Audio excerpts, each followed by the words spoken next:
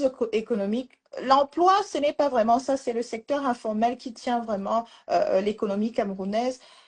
Ça graisse les dents à chaque fois qu'on parle argent quand même, non, pour le Camerounais de tous les Non, jours que mais, vous rencontrez. non, mais on a en face de nous des gens qui utilisent déjà leur argent pour continuer à perpétuer un système.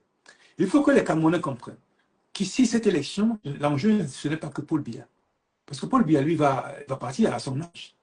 C'est l'enjeu, c'est qu'on veut créer un poste de vice-président pour mettre quelqu'un président de la République qui n'a jamais été élu par le peuple. C'est ça l'enjeu de cette élection.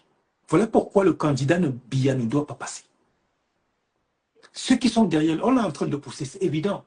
Il a montré tous les signes qu'il n'est plus intéressé par cette fonction. Quelqu'un qui n'organise jamais de conseil des ministres, qui ne voit pas ses ministres, il ne veut pas exercer le pouvoir.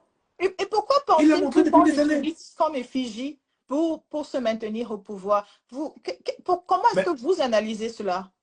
Qui non, veut mais le quelqu'un qui pousser? refuse, généralement. Qui veut se maintenir au Non, pouvoir? non, regardez.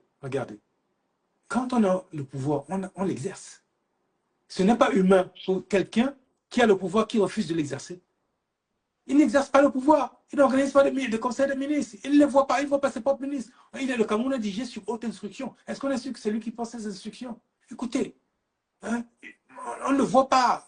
Il ne veut pas de ce pouvoir, ça se voit. Il y a, pour moi, des requins autour de lui, qui sont autour de ma génération. Je le dis, je ne vais pas citer de nom, mais les gens peuvent très bien savoir. Je suis dans la cinquantaine. Il y a des requins autour de lui qui veulent devenir président par la petite porte, avec le poste de vice-président.